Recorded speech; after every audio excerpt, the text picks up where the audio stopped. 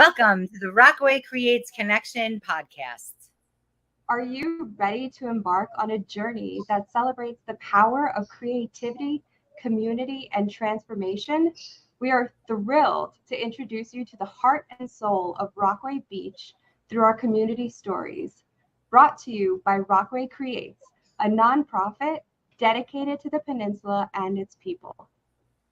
Nestled on the shores of the Atlantic, we are New Yorkers coming to you from Rockaway Beach, Queens. Each episode will take you on an exploration of its remarkable community, delving into the lives and stories of local artists, entrepreneurs, activists, and visionaries who breathe life into our beloved neighborhood. Whether you're a longtime local or just down for the day, this podcast promises to be a source of insight, secrets, and connection. So get ready to be inspired, and you can go to rockawaycreates.org to learn more about us and how you can get involved. And if you like this podcast, please like it, binge it, and share it with your friends. Hi, everyone, and welcome to another episode of the Rockaway Creates Connection Podcast. This month, our theme is waves, and we have two guests. Both are making waves in Rockaway with their art and entrepreneurship. And first, we will interview Jena. Jena Chambers is the founder and CEO at Pandora's Pops. Pandora's Pops are delicious, organic, magic lollipops with essential oils, herbs, superfoods, and sparkly minerals. Her aphrodisiac pops are most popular, shared at fun events and weddings since 2012. Pandora's Pops and Candies are vegan and free of corn syrup, artificial flavorings and colorings, gluten, and GMOs. When she is not helping people cure their hot flashes with a special cooling pop, she is watching people's pups. An avid pet sitter, Jena watches dogs and cats with special needs. Welcome, Jena. I'm so excited to have you here. Thank you. Thank you so much. I'm very happy to be here too. Yeah, so tell me a little bit about your journey. How did you come to be in Rockaway? Well, let's see. I grew up at the beach in Maryland and near Ocean City. And so the ocean was and always will be home to me. And everywhere I've ever lived, I've either needed to be on a coast, or if I were landlocked for some period of time, was just craving it. And I, decided a long time ago, it's non-negotiable, have to be on a coast. Ideally at the ocean, although that's not always easy to manage. And I had lived in Manhattan for 14 years in the East Village, when last April there's a whole decision with my lease and, life, and needed to decide where to move. And the idea of Rockaway came into my awareness basically at that time. And so I moved in April of last year. Wow. Had you been to Rockaway before? And what was it that drew you to Rockaway? It's crazy. When I first moved to New York, like 15 years ago, I heard about Rockaway from my ex-boyfriend at the time's parents. They were and continue to be surfers coming to Rockaway often. And they lived in Manhattan and they surfed in Rockaway and they just loved it. And so that was the first time I heard about it. But I actually, just because of life and being busy with everything else, didn't visit, it wasn't even considered, like, it seemed too far away to even get. I'm not much of a commuter, so I never really visited. And then, like I said, when it was time to decide when to move or where to move and all this, the beach, it had always kind of been in the back of my mind. What is Rockaway? Not quite sure. And somehow, I don't know, it just, like I said, came forward, and I was making a decision to move with a partner at the time who also had grown up at the beach, this time Los Angeles. So we both had an affinity for the ocean, and we were talking about it, and we're like, let's check it out. I don't know, why not? So we came and actually looked at our first apartment, and then we came and looked at a second apartment, and that's the one we signed a lease for. So it was this somewhat fast And, wild decision, long story short, that when after the lease was signed, my friend reminded me, oh, we did go to Rockaway last summer. I took you there for 4th of July. So she had taken me to Reese Beach for a few hours, driving. And I was just like, oh, somehow it just didn't land that I was even in Rockaway. And what is it? So anyway, it was, I feel like the ocean just called me like it always does. And suddenly I was there very quickly, unexpectedly, because New York rental situations happen in especially these days really fast. Yeah. So you are a more recent addition to Rockaway. What do you say that you have really discovered about it or fallen in love with? You know what? I think something about love is the feeling of that there's a whole other frontier that you've only just begun to explore, and there's so much more to come, and who knows what is even going to be there. And the thing that I still barely know about, and I've just sort of kept I'm not sure, is the surf culture of Rockaway. Like I said, that's how I first heard about it. And I still am not a surfer. I've never done it. I'm afraid of accidents. Like, I'm just like, I don't want to, I respect surfers. I think it's an incredible lifestyle, art form, way of being, the ocean and all of its glory. But anyway, so I think surf culture is, I have a crush on surf culture, at least. I'm maybe saying I'm in love with it is a bit much, but I think it's really interesting and cool. And it's a classic aspect of Rockaway. It's timeless, and that's wonderful.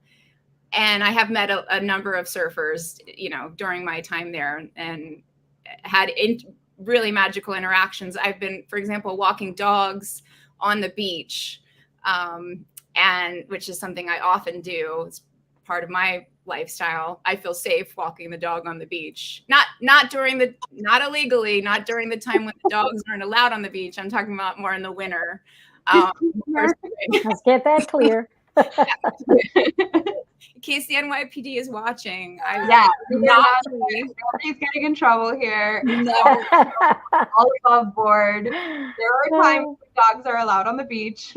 Only following rules here, but when I have been following the rules and bringing the dogs during the dog-friendly hours, I have had these like magical interactions with surfers who are just, walking by or, picking up trash or, we talk about the waves. So that kind of thing has been part of the magical moments of Rockaway. So I think surf culture is really wonderful about Rockaway.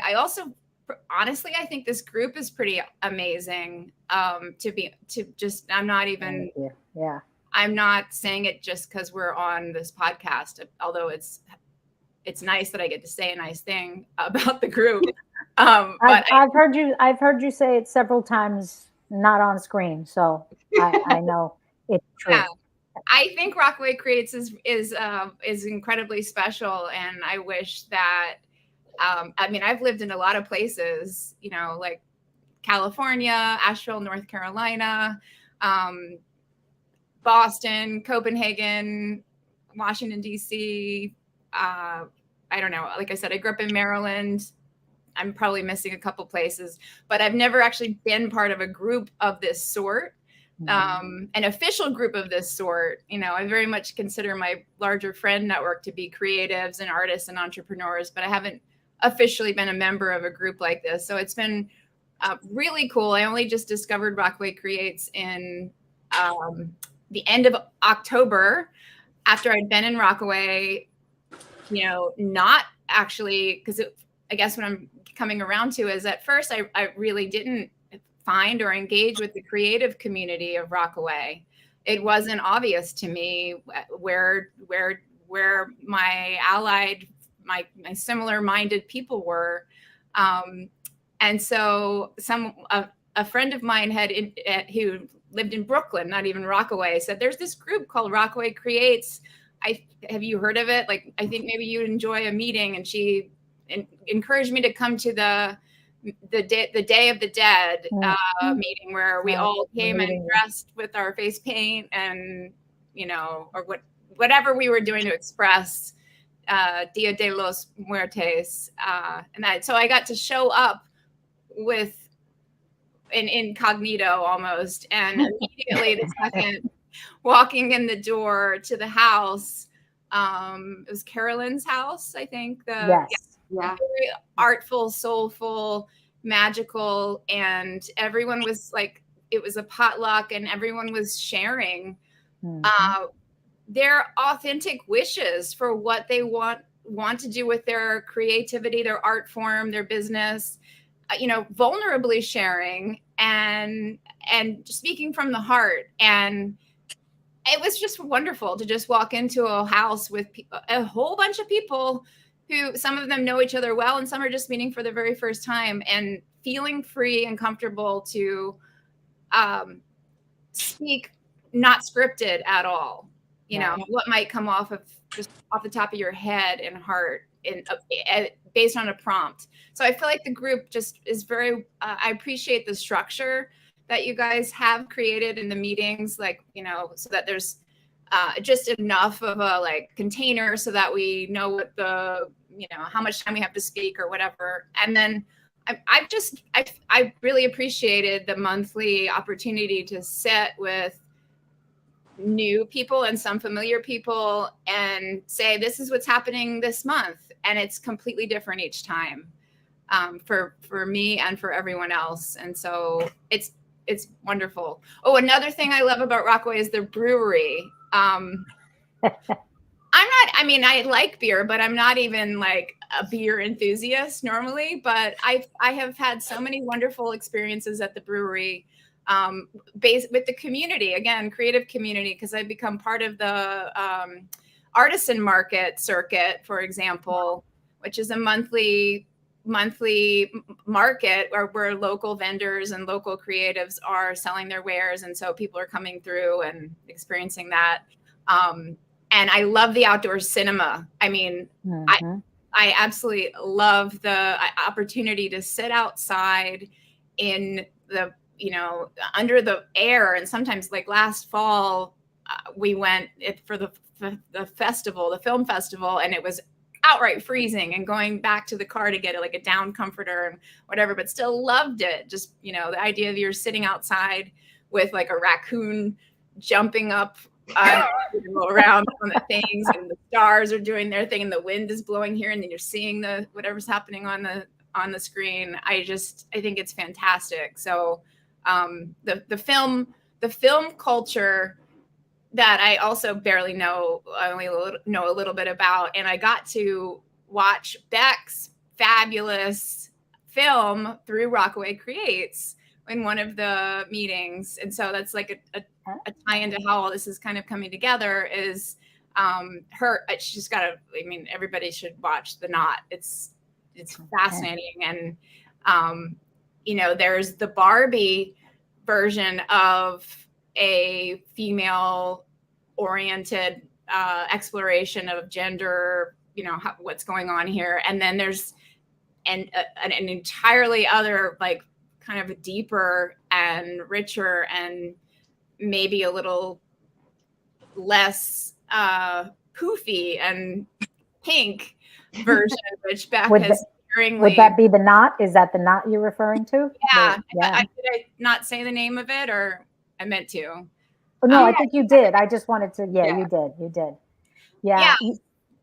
I remember meeting you at that meeting, Dia de los Muertos, and I think that was probably one of our first meetings as Rockaway Creates. It was around there. It was on one of the first meetings where we transitioned into Rockaway Creates. And I remember meeting you, and I remember saying, I need a Pandora's Pop. I have yet to try a Pandora's Pop. I'm a little baffled as to why, but we'll have that conversation. So let's talk a little bit about that, about Pandora's Pop and how that came about, and what the inspiration was for Pandora's Pop. Well, it starts with my family. I come from a long line of confectioners, bakers, candy makers, people who like to make massive amounts of treats for the public, and beloveds, people that, we want to celebrate. My great grandfather had a bakery, actually many bakeries. He and my great grandmother would buy a bakery that was having trouble somewhere in the world and fix it up and then sell it and move to another place and do that. And part of their arc and his father's arc, he also was a baker confectioner. They ended up here in New York City, not that far from where I am right now, and actually had a confectionery school, a school that was teaching people how to make European spun sugar flowers, for example. That was his actual specialty. He could make these very artistic, beautiful things out of sugar that I make things out of molds. He was like fashioning things with his hands and doing this extraordinary wizardry. Anyway, long story short, I knew all my great grandparents growing up, and he was my greatest. Favorite is a tough word, but he was the one that I felt the most connected to as a child. He would take me on these long walks. He had this sense of wonder about him, even at the end of his life, that he was sharing with me. And I found him so inspiring and I didn't even think about this until a couple of years ago. I was at a national candy expo talking about how much he inspired me. And I remembered that I actually, as a child, when I would leave his and my great grandmother's house, whenever we visit, before I'd leave, I would go back into the house and take a deep breath and catch it, because I wanted to be able to remember the experience. Like, I would now call it energy. But now I'll call it energy. But at the time, I didn't even know what I was doing. I want to get this in me so that I have it with me later. I don't know how to explain whatever called me to do that. And like I said, I had forgotten about that actual literal inspiration breath that happened, because inspiration is breath, but that sense of wonder is actually what I think is actually most important about candy. It's not so much the sugar fix. In fact, a lot of my candies are sugar-free. Like all these jewels are, they're all natural without sugar. So it's more about the idea of having a treat and something that is, like a little extra. It's not, of course we all need to eat salads and all the things that are healthy and, for our baseline, but something a little extra. And candy in particular can have this, and cakes, all kinds of desserts, but you can have a sense of wonder about it, where you see a thing and you're like, is that, I just saw something on Instagram the other day. It was a cake that looked like a giant strawberry, and they showed how it was made. And I was just like, I'm in a state of wonder watching this. And I see children in a field eating the cake, or at least like playing with it before eating. There's just this I had the same thing about seahorses as a kid, watching my parents had them in a tank. Again, I'm a water person from childhood, and they had seahorses, and I would watch them and I'd think, is that a horse or is it a fish? And also, is it prehistoric? Because that thing looks like it has been around forever, like some kind of dinosaur thing. No, it's actually here now. I remember having a relationship with the seahorses and feeling like these things are, mythical creatures, and they're also here in real life right now. How wonderful is that? And they're also going through health, they would get sick and they would turn white, and then they would get together and kind of link their tails and show compassion to each other and care. And anyway, it's a bit of a tangent about the seahorses, but the idea of wonder. It's funny that, sorry to interrupt. It's actually funny that you mentioned seahorses, because I am a scuba diver, and there is scuba diving by Beach 8th, and people have seen seahorses down there. And Awesome. so they are in Rockaway, and so it makes so much sense that like you were brought to Rockaway, and you love, you know, you had this association with seahorses, and you're still around seahorses now. But I'm sorry that I interrupted. Continue, because I absolutely love this. Yes, like treats are mystical and magical and whimsical, and they bring in your attention. Yes. And when you're around something that captures your sense of wonder about one thing, you're more open to the idea that something else might be wonderful in the next moment, or there might, you know, it opens up your mind essentially, and it reminds you that you don't actually know everything already.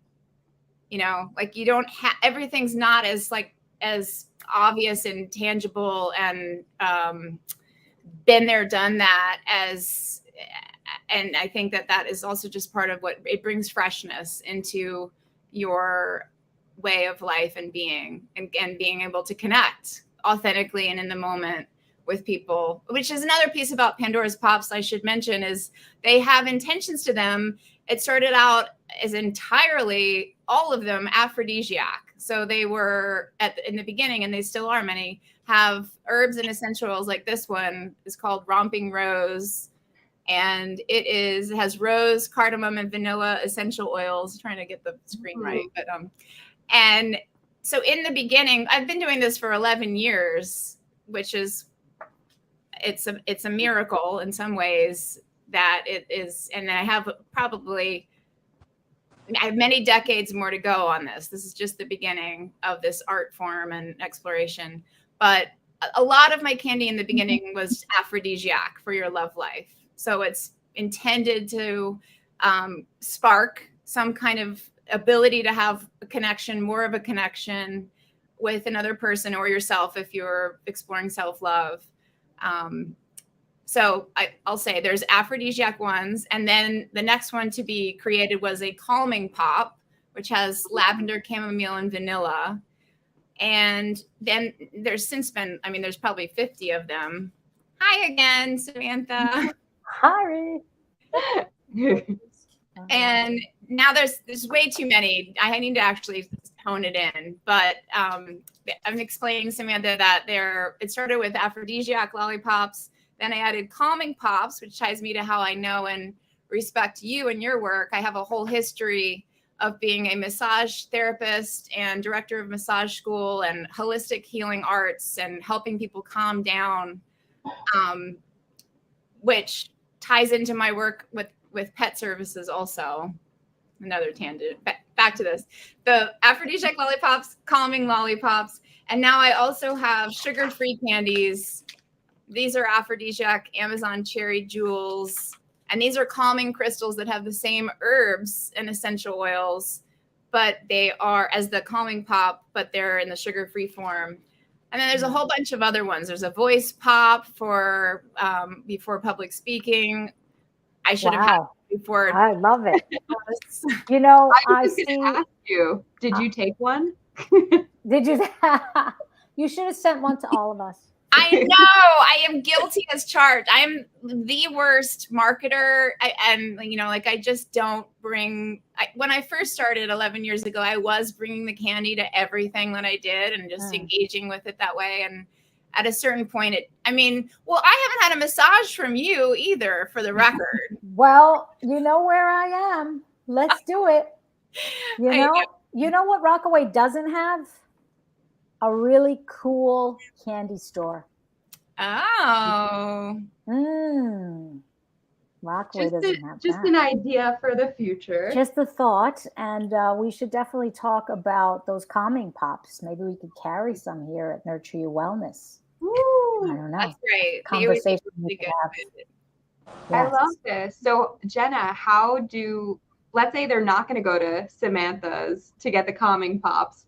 How do they get the candy from you?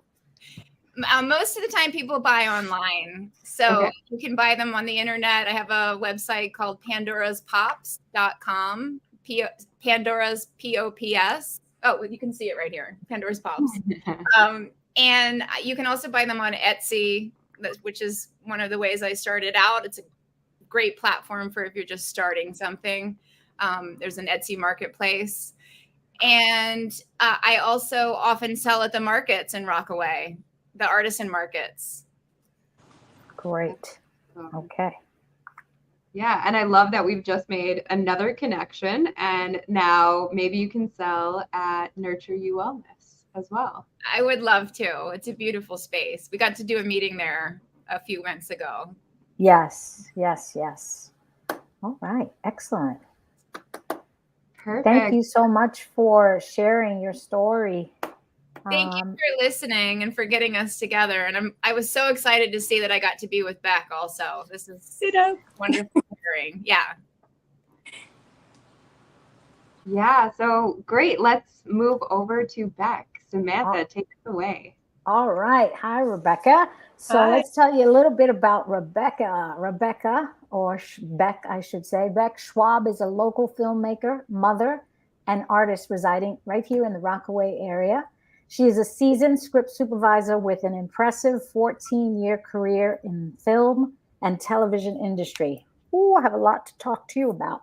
Her expertise as a union script supervisor has led her to work on several New York-based productions, including 5 Marvel Defenders shows and the last 2 seasons of the hit series Power, showcasing her ability to handle high-profile productions with finesse.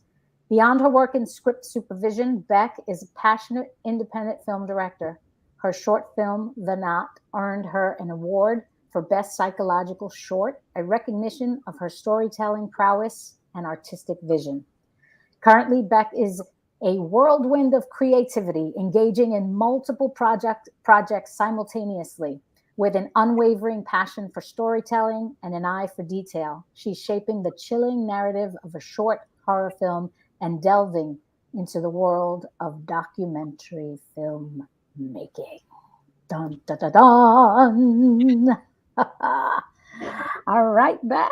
Yes, this is awesome and quite impressive. I guess my first question for you would be, why or how or what drew you to the world of film and television, which we know is a world that right now is suffering, but we'll talk more about that later. Let's see. Well, I always really enjoyed watching films growing up, and I was a little bit of a theatrical child, so I definitely put on my own little skits for my mom. My mom has this video of me. I made like a exercise skit, and I'm just pretending to sweat and like making all these jokes, and it's pretty fun. I have to find it at some point, but kind of started with me thinking I wanted to be an actress or when I was little, and turned into more of enjoying behind the scenes stuff and creating. Mm-hmm. I know through high school, it's tough being a teenager, and often I found myself, just watching a lot of stuff like Better Off Dead, or, these comedies or horror films. And it just was a great way to escape, whether it be, your peers or yourself, or just to relax and watch something and just, lose yourself for a little while. And I still find it magical, even working in it. It's still magic to watch stuff today for me. So I didn't lose that part of it, at least. Yeah. So you started at a very young age. You were enthralled and excited about the world. Yeah. Great. Now, what would you say is your favorite? I love horror movies, by the way. I love horror films. Ooh. What would you say is your favorite? My favorite? If you could pick one. All-time classic favorite, probably the first Halloween. Yes! That is my favorite. Yeah. Absolutely. Yeah. I don't know. I've always really enjoyed Michael Myers. He's a good one. Yeah. Definitely. Absolutely. Awesome. There's a lot of good newer ones too that I've really enjoyed. I love all the Rob Zombie stuff. Anything Rob Zombie. I mean, whether it's his music, movies, anything. Mm-hmm. I think he's got. At first I wasn't too into him taking over the Halloween. He redid the first one, and it was very similar to the original first one, and I wasn't sure how to take that at first, but I really like it. It's kind of like a really nice, nod to the director, the genre, to Michael Myers, to the whole series itself. And then I enjoyed what he did with his part 2, or his stuff like House of a Thousand Corpses. I love. Good one. Yeah.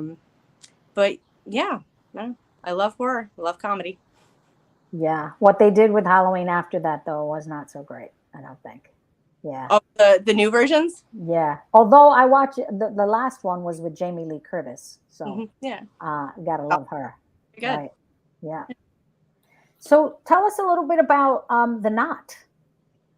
The knot. Well, the knot, do you mind if I read my synopsis? No, absolutely. It's more helpful for me to do that. So The Knot is a psychological horror that follows a young woman's journey to reconcile with her own past and ideals. Fighting a breakdown, she realizes she wasted her life striving for the attainment of self-realization while never knowing her true self.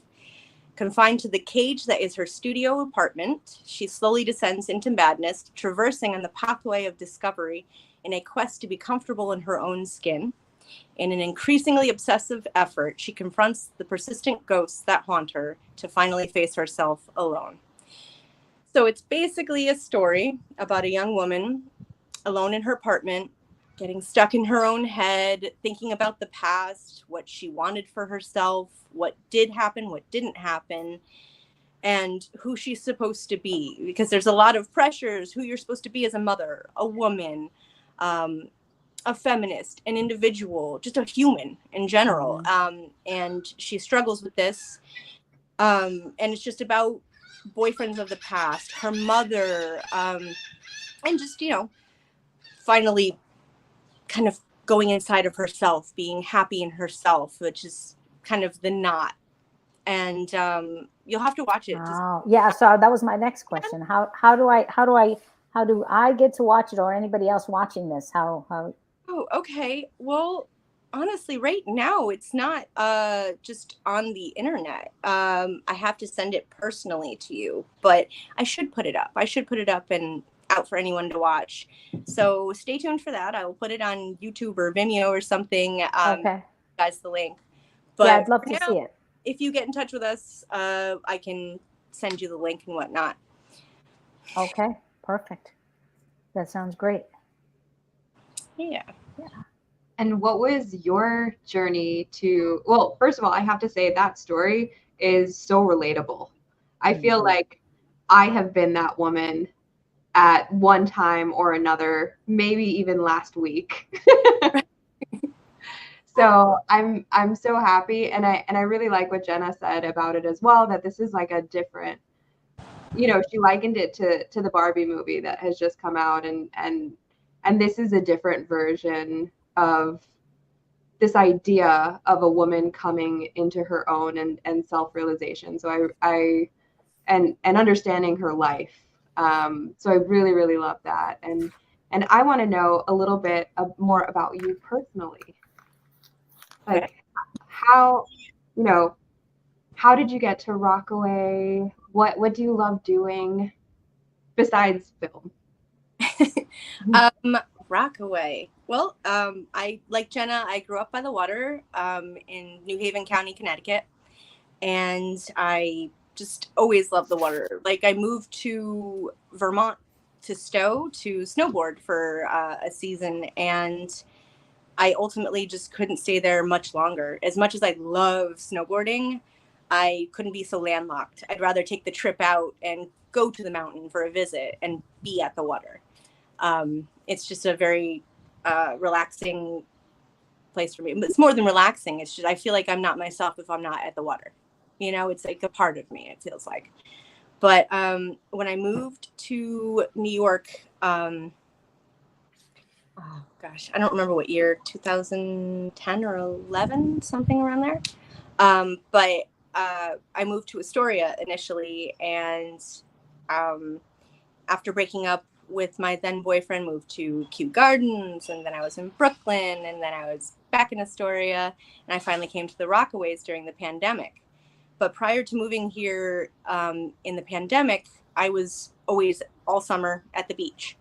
So I knew it was there because friends had taken me to the beach there. But honestly, I didn't realize we had surfing. I didn't realize there was a community and that it was people's permanent home. It's not just the beach. It's not like a getaway. It's a home and a community and a beautiful place to be.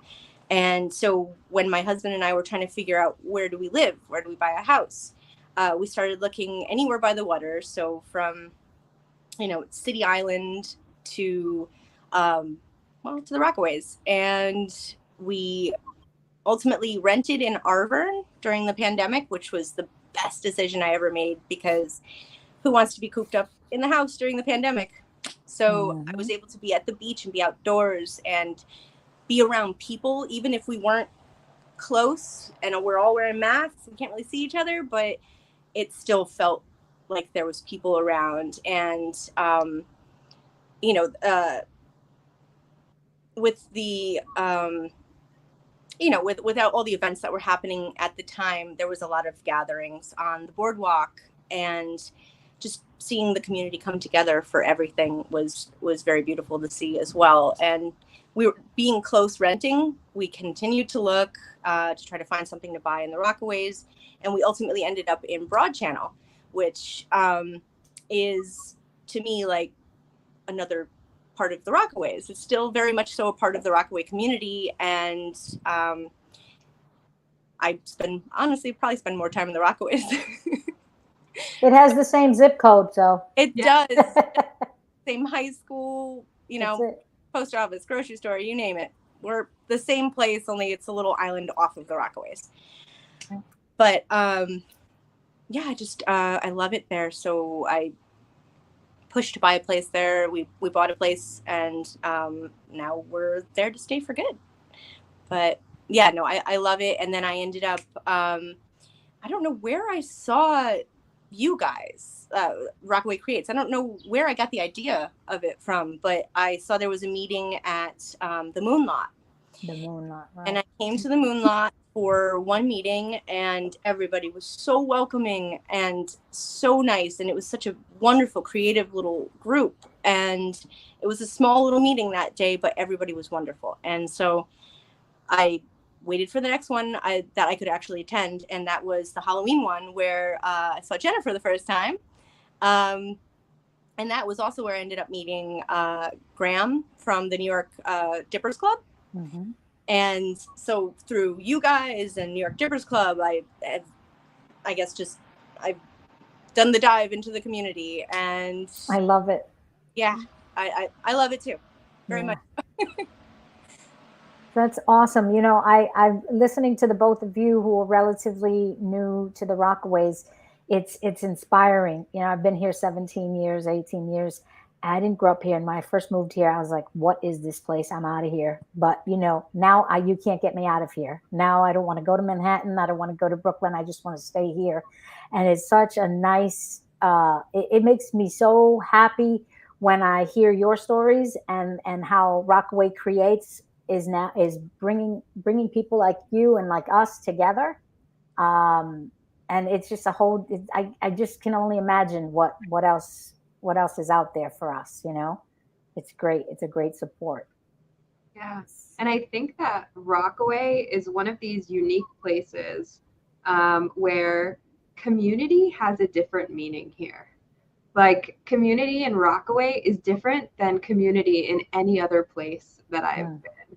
There's such a coming together and such a caring about each other, and such a desire for each person to support their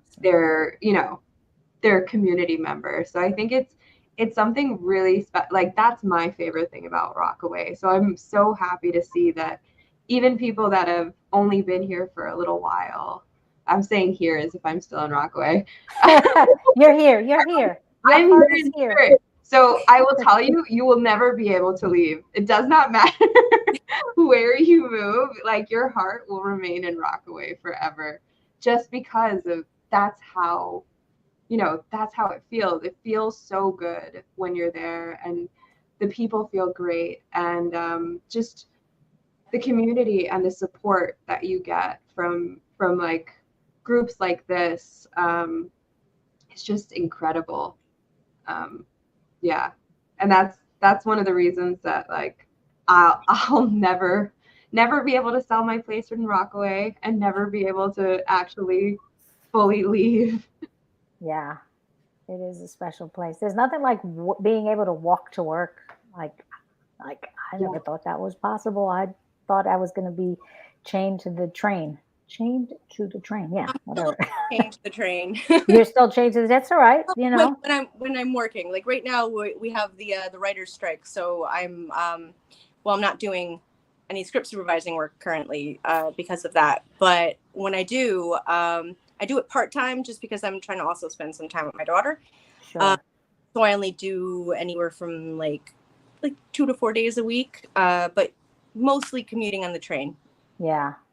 Well, So how are you? Sorry. Go ahead. I'm sorry. How That's are one. you doing with that, Beck? And is there any way that people in Rockaway can support you and the other writers that are on strike? Well, I know there's a lot of protests and picket lines and whatnot. So I don't know if people want to get involved in that way. But honestly, I think a lot of people are getting some sort of assistance for, like, temporarily, some, or are finding other work to do a little bit. Because it's tough on everybody. I know someone who had to, like, I think they had to, how would you word it? Refinance your mortgage. Right. We've had to dip into our emergency savings and whatnot. It's a long time. I mean, everybody took a hit, obviously, for a couple of years with the pandemic. Well, not a couple of years, like a year or so. Yeah. And then now this, so quickly when everybody's just starting to rebuild. So yeah, it's tough. But How long has this strike been going on now? The writer's strike? I can't remember the date. Yeah, it's a couple months though. With April, but my shows that I was helping out on were ending. Yeah. So it happened right after they ended. So it just kind of, I didn't get to pick up new work. I ended up just, where I am now. But I know my husband's show ended up just pushing till the end of Is there a light at the end of this tunnel? I think absolutely. I'm sure they'll come to an agreement eventually. I hope it's sooner. Yeah. We're all hurting money, but but it's given me the opportunity, honestly, to spend a lot of time with my daughter, and now my husband's getting to spend time with us now that he's, had less work. He can pick up stuff here and there, or right now we started working on a documentary for Broad Channel. And so we've just been, getting some B-roll, some interviews and some stuff like that. Nothing that, requires writers yet. So we're just getting, just little pieces. It's going to be a long project over the course of a year or two anyway, because I want to get a lot of the events and things that happen in not the Rockaways, the Broad Channel mostly. Because, well, you guys will see when it comes out. But I think it'll be very interesting. And we've been working a lot with the Tuberties, and they've been wonderful introducing us to all these people and getting us interviews. And that's amazing. Yeah. Dan Tuberty has a beautiful story, a very beautiful David and Goliath story to tell. And I'm so excited and honored to be telling it for him. So yeah, it's been a great experience so far, and I think it'll be a wonderful way to learn about the history of my island now. And Juliet, my daughter, being a literal Broad Channel baby, she's going to be born and raised Broad Channel baby, like Rockaway baby. I mean, because technically first she was a Arvern baby, but either way, I feel like it's all part of a big, beautiful community. But I've had the time to jump into that and do a little work on. I have a short surf horror ghost story thing I wrote during the pandemic, really short, like 3-minute short kind of thing. And we haven't had any snow in the winter, so I haven't been able to shoot it yet.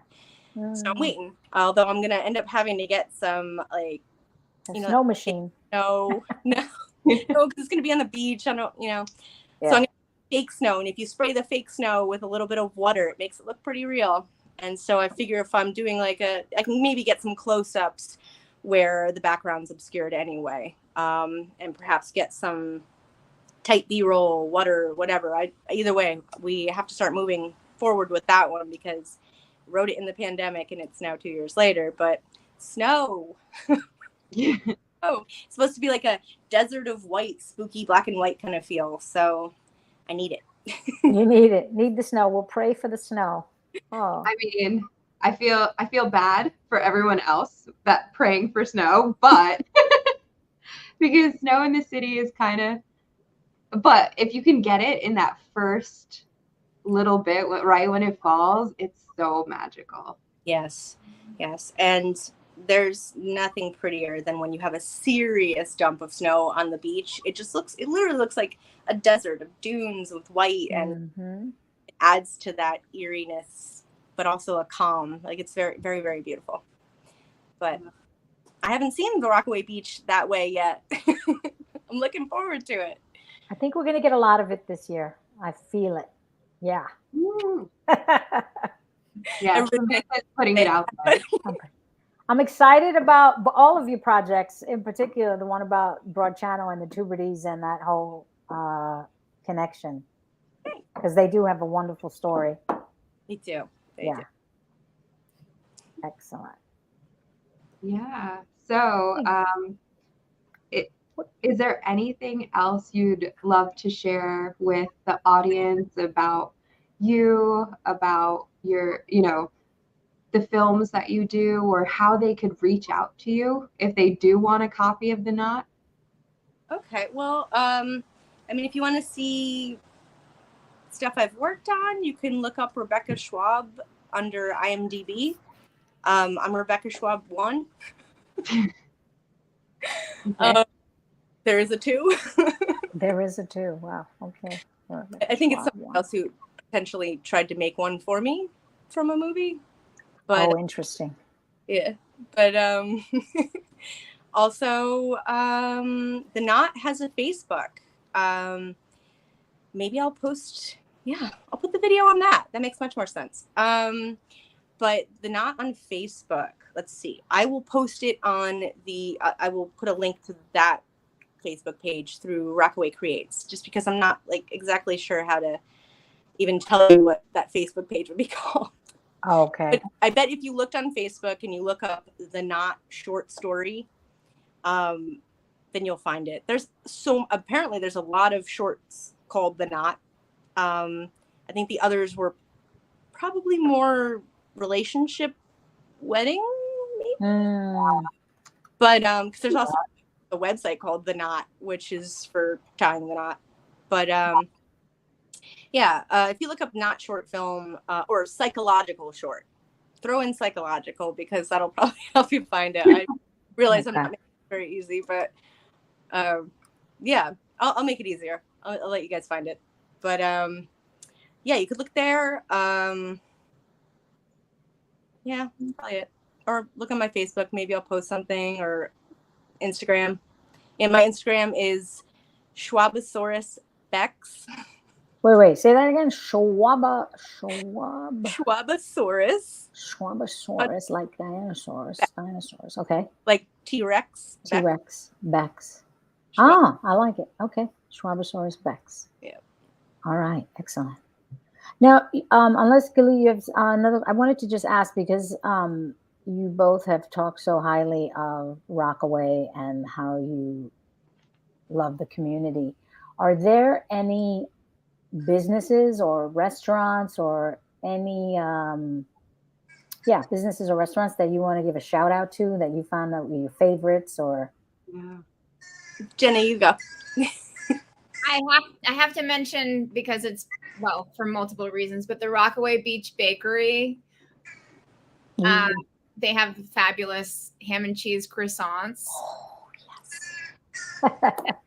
Really just a wonderful vibe, and kind of ties back to the surf culture thing I mentioned from the beginning. They have a sign, the way that they, when they're not open, the roller thing comes down, and I think it says something like surfs up or whatever. Gone surfing, yeah. Yeah, that's right. Yeah.